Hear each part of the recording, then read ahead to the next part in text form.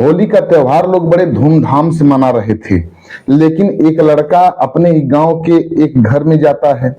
उस घर की सास और बहू दोनों को अपने प्रेम जाल में फंसा लिया और उस सास बहू दोनों के साथ संबंध बनाता है। संबंध बना करके वीडियो बना लेता है। वीडियो बनाने के बाद घर के लोगों को वीडियो दिखा करके वायरल करने की धमकी देता।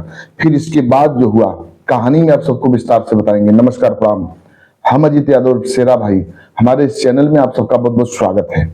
अगर आप लोग हमारे इस चैनल को सब्सक्राइब नहीं किए हो तो आप सबसे निवेदन, आप लोग हमारे इस चैनल को सब्सक्राइब करें, लाइक करें, कमेंट करें। कहानी अच्छी लगे तो उसको शेयर जरूर करना। बड़ी ही इंटरेस्टिंग कहानी, इस कहानी को आप लोग पूरा सुनिएगा। हम उम्मीद करते हैं कि आप लोग पसंद करेंगे। यह कहानी शुरू होती है आगरा प्रांत से। यहीं के रहने वाले एक व्यक्ति जिनका नाम रामफल होता है, रामफल की पत्नी का नाम मनोरमा देवी होता है। इन दोनों दंपत्ति के बीच में एक बेटा होता है जिसका नाम लोग बड़े प्यार से संतोष कुमार रखते हैं। संतोष बड़ा ही खूबसूरत, बड़ा ही होनहार लड़का था। रामफल जी गाय भैंस का व्यापार करते थे। गाय भैंस खरीदते थे, उसको बेचते थे। उसमें जो प्रॉफिट होती थी, जो मुनाफा होता था, उसी से घर का खर्च चलाते थे। धीरे धीरे समय बीत रहा था, बच्चा बड़ा हो रहा था, बच्चा पढ़ने के लिए स्कूल जाता था। संतोष धीरे धीरे कुछ दिन और बीतता है। वह लड़का संतोष ग्रेजुएशन कंप्लीट कर लेता है। जब ग्रेजुएशन कंप्लीट कर लिया तब घर का काम करने लगा, खेती बाड़ी का काम करता था। पिता गाय भैंस का व्यापार करते थे, अच्छा मुनाफा हो रहा था और परिवार हंसी खुशी से अपना समय बिता रहा था। धीरे धीरे कुछ दिन और व्यतीत हुआ। एक दिन की बात है, रामफल जी की अचानक मौत हो जाती है। जब रामफल जी की मौत हो जाती है तब संतोष अपने रिश्तेदारों को बुलाता है, हित मित्र जितने लोग थे गांव घर के लोगों को बुलाता है। सभी लोग आते हैं। सभी लोगों के साथ वो अपने पिता के शव को लेता है, श्मशान घाट पर जाता है, पिता की अंत्येष्टि क्रिया करता है। अंत्येष्टि क्रिया करने के बाद घर पर आता है, 13वीं संस्कार बिताता है। 13वीं संस्कार करने के बाद फिर वह अपने पिता का काम करने लगता है। वही गाय भैंस खरीदता था और बेचता था, घर का खेती बाड़ी भी करता था। ऐसे ही दो पैसा कमा रहा था और अब घर में उसकी माँ होती है और वह संतोष होता है। दो लोग थे, दोनों लोग हंसी खुशी से जीवन बिता रहे थे।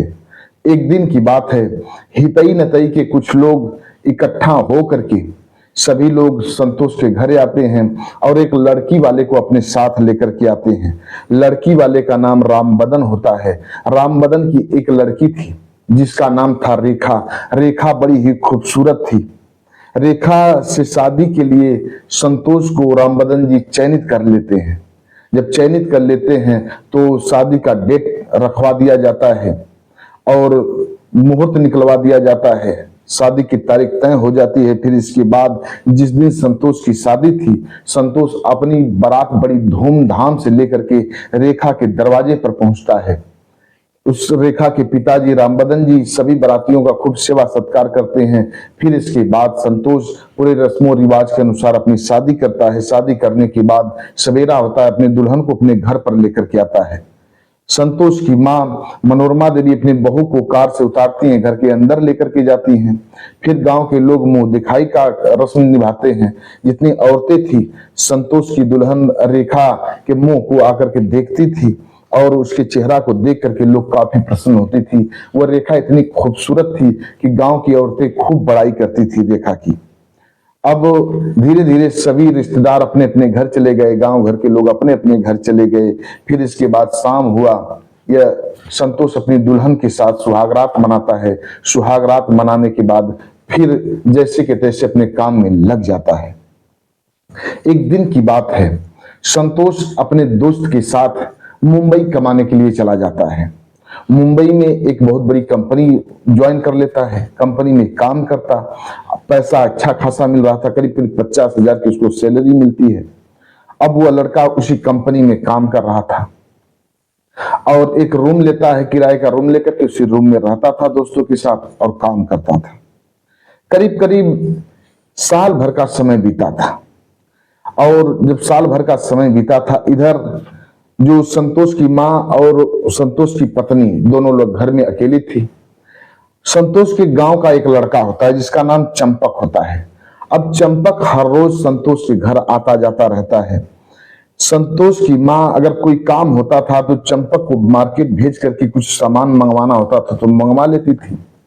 साग सब्जी मंगवाना होता था तो मंगवा लेती थी। चंपक हंसी खुशी से मार्केट जाता था और सामान ला करके दे दिया करता था। कभी कभी पैसा नहीं होता था तो चंपक खुद अपना पैसा लगा करके सामान लाता था और संतोष की माँ को दे दिया करता था।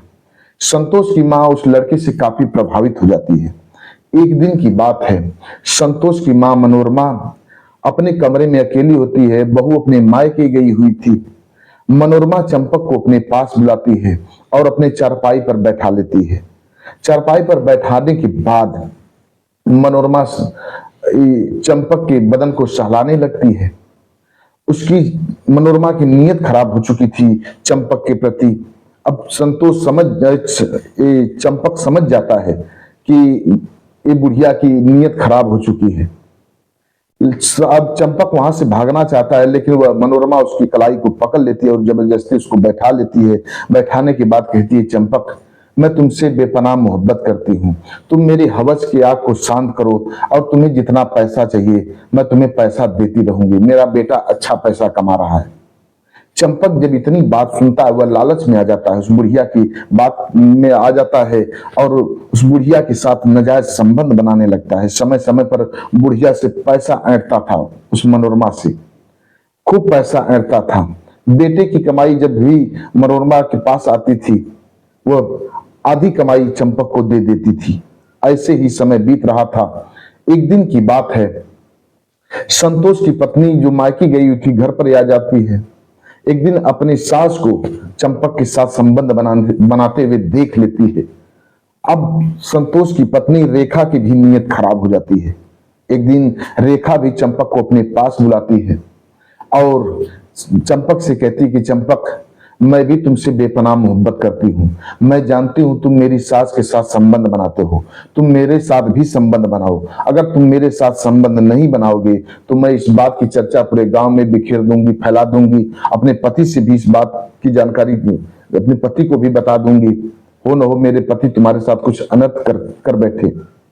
चंपक जब इतनी बात सुनता है सोचता है कि ये भी नई नवेली है, इसके साथ भी संबंध बना ले, क्या हमारा क्या जा रहा है। अब वो चंपक रेखा की बातों को सुनकर के कहता है, ठीक है तुम इस बात को किसी से मत कहना, मैं तुम्हारे साथ भी संबंध बनाने के लिए तैयार हूं।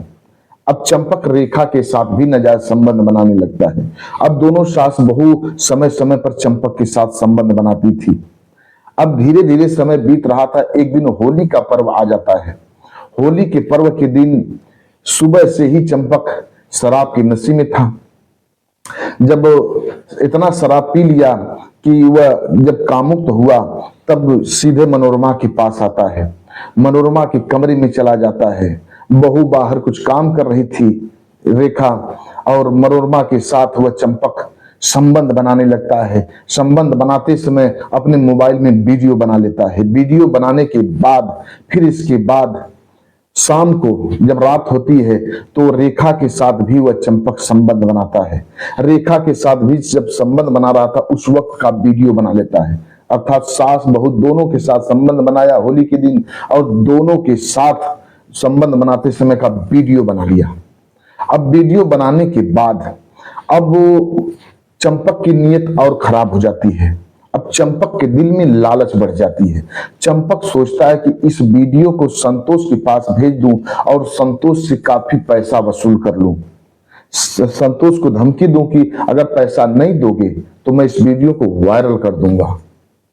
अब यही उम्मीद लेकर के चंपक इस वीडियो को, सास बहू दोनों का वीडियो, मनोरमा का और रेखा का वीडियो, वह चंपक सीधे संतोष के मोबाइल में सेंड कर देता है। जब संतोष उस वीडियो को देखता है अवाक रह जाता है। चंपक के साथ अपनी मां और बीबी को संबंध बनाते हुए देखता है। उसकी आंखें फटी की फटी रह जाती है। उसके बदन से पसीना चल रहा होता है। क्रोध से आंखें लाल हो जाती हैं। वह सोचने पर मजबूर हो जाता है कि आखिर मेरी मां और मेरी पत्नी दोनों चरित्रहीन निकल चुकी हैं। उस वीडियो को जब वह देख रहा था संतोष, इतने में चंपक संतोष के मोबाइल पर फोन कर देता है। फोन करने के बाद चंपक संतोष से कहता है, संतोष तुम मुझे 20 लाख रुपए दो। अगर तुम मुझे 20 लाख रुपए नहीं दोगे तो मैं तुम्हारे माँ का और तुम्हारे पत्नी का वीडियो वायरल कर दूंगा और तुम्हारी बड़ी बदनामी होगी। जब इतनी बात संतोष सुनता है, अब जैसे कुछ काटे उसको लहर न आवे, यही चीज उसके साथ होता है संतोष के साथ। अब उसे कुछ समझ में नहीं आ रहा था कि आखिर वह क्या करे, चंपक को पैसा दे या न दे, या चंपक के खिलाफ FIR दर्ज करावे, क्या करे, उसको कुछ समझ में नहीं आ रहा था। वो अपने दोस्तों से भी इस बात को शेयर नहीं करना चाहता था। सोचता है अपने दोस्तों से इस बात को शेयर करूंगा तो हमारे दोस्त लोग क्या कहेंगे। अब वह अपने दिल में एक अलग बात सोच रहा था कि करूं तो क्या करूं, इससे कैसे बचूं। अंत में निर्णय पे पहुंचता है, सोचता है कि इसको पैसा ही देना उचित है। अब संतोष अपने कुछ दोस्तों से कुछ पैसे उधार लेता है, कंपनी से पैसा कर्ज लेता है। कर्ज लेने के बाद करीब करीब 10 लाख रुपए चंपक के अकाउंट में भेजता है। कहता है, चंपक मेरे पास मात्र 10 लाख रुपए हो चुके हैं और इससे ज्यादा मेरे पास कहीं उम्मीद नहीं है कि मुझे मिले और मैं तुम्हें दूं। तुम इतने से संतोष कर लो और उस वीडियो को उड़ा दो। मैं तुम्हारे पैर पड़ता हूं, तुम जो कहोगे इसके बाद मैं सो करूंगा। अगर तुम कहोगे तुम्हारी गुलामी करनी है वो भी करने के लिए मैं तैयार हूं, लेकिन इस वीडियो को उड़ा दो, हमारी बड़ी बदनामी होगी। जब इतनी बात वो चंपक सुनता है, क्रोध में लाल हो जाता है। कहता है कि मुझे 20 लाख रुपए चाहिए, 10 लाख रुपए से मुझे संतोष होने वाला नहीं है, मुझे 20 लाख रुपए चाहिए तो चाहिए और एक दिन के अंदर चाहिए, नहीं तो मैं इस वीडियो को वायरल कर दूंगा। जब इतनी बात वह लड़का संतोष सुनता है, विवश हो जाता है। कहता है संतोष कि ठीक है, मैं घर पर आ रहा हूं और वहीं से हित मित्र रिश्तेदारों से कुछ बात करूंगा, पैसे की डिमांड करूंगा। अगर पैसा मिल जाएगा तो मैं तुम्हें दे दूंगा, तुम मुझे कम से कम 1 हफ्ते का समय दो। चंपक कहता है ठीक है, 1 हफ्ते का समय मैं तुम्हें देता हूं। अब संतोष तुरंत फ्लाइट के जरिए अपने घर पर आता है। घर पर आने के बाद अपने हित मित्र रिश्तेदारों के पास जाता है और हित मित्र रिश्तेदारों से पैसा मांगता है, कुछ बताता नहीं है। हित मित्र रिश्तेदार जितने भी लोग थे, पैसा देने से सभी लोग इनकार कर देते हैं। मुसीबत में साहब कुछ है लोग काम आते हैं, सभी लोग काम नहीं आते हैं।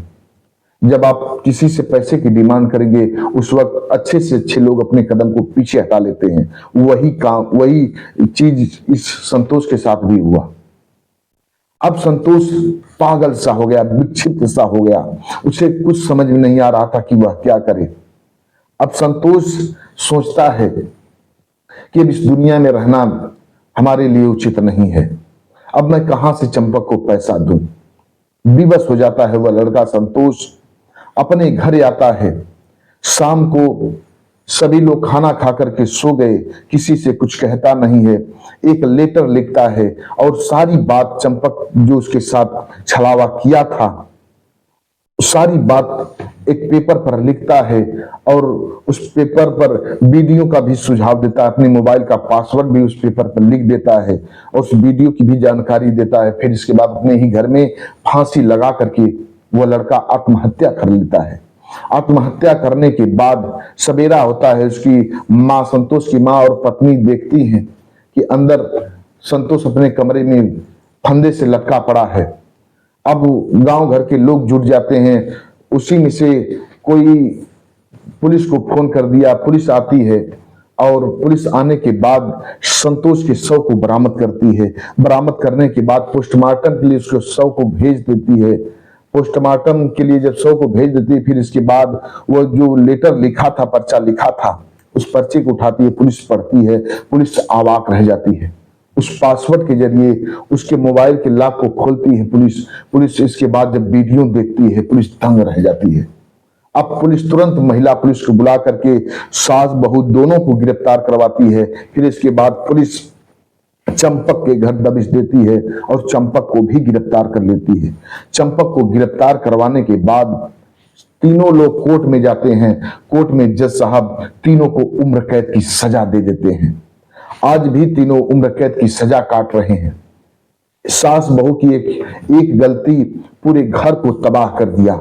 साहब, आप सबसे निवेदन है कि आप लोग अपने परिवार की जितनी भी महिलाएं हो सबको आप लोग अच्छी राय दें, सुझाव दें, ऐसी गलती कभी न करें। अगर महिलाएं इस वीडियो को, इस कहानी को सुन रही हैं तो आप लोग ऐसे लालच में न पड़े, ऐसी गलती कभी न करें। बस आज की कहानी इतने तक। कहानी अच्छी लगे हो तो इसको शेयर जरूर करना, चैनल को लाइक सब्सक्राइब जरूर करिएगा। हमारे कुछ व्यूअर हैं जो कि अपना नाम लेने के लिए अपील किए हैं। एक हैं ब्रजेंद्र सिंह, ये मणिपुर के रहने वाले हैं। ये हमारी हर कहानी को सुनते हैं, बेहद पसंद करते हैं। राव मोहम्मद यासीन जो कि लाहौर पाकिस्तान के रहने वाले हैं, ये भी हमारी हर कहानी को सुनते हैं, बेहद पसंद करते हैं। डॉक्टर राकेश सैनी ये बिजनौर के रहने वाले हैं, ये भी हमारी हर कहानी को सुनते हैं, बेहद पसंद करते हैं। अनुज कुमार त्रिपाठी ये लखनऊ उत्तर प्रदेश के रहने वाले हैं, ये भी हमारी हर कहानी को सुनते हैं, बेहद पसंद करते हैं। जेपी विश्वकर्मा ये गाजीपुर उत्तर प्रदेश के रहने वाले हैं, ये भी हमारी हर कहानी को सुनते हैं, बेहद पसंद करते हैं। ये लोग वीडियो में नाम लेने के लिए अपील किए थे, हमने बारी बारी से इन लोगों का नाम लिया। आप भी अपना नाम बुलवाना चाहते हैं तो कमेंट बॉक्स में अपना नाम दीजिए, एड्रेस बता दीजिए, आप सबका भी नाम लिया जाएगा। मिलते हैं अगले एपिसोड में किसी एक नई कहानी के साथ, इंटरेस्टिंग कहानी के साथ। तब तक के लिए नमस्कार।